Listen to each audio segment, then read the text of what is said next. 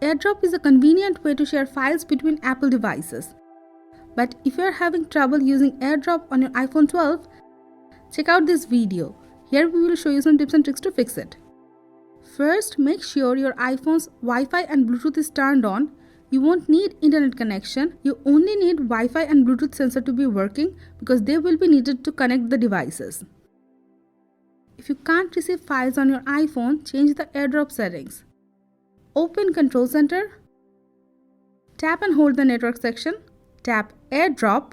Change the settings to everyone. It should solve the problem if you can't receive files. If you still can't send or receive files with AirDrop on your iPhone, you can turn on airplane mode to refresh your networks. Open Settings. Toggle on airplane mode. Now quickly press and release the volume up button, then volume down button.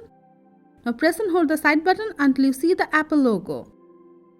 Now open Settings again. Toggle off airplane mode. It should fix the issue. If it doesn't, you can do a network settings reset.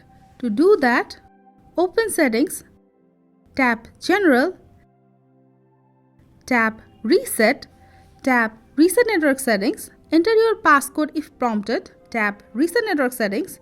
Your iPhone will take auto restart and all the saved network information from your iPhone will be erased and you have to re-enter them. If none of them fixes the issue, it could be a sensor problem, like one of your sensors is broken. In that case, you need to take it to Apple Service Center.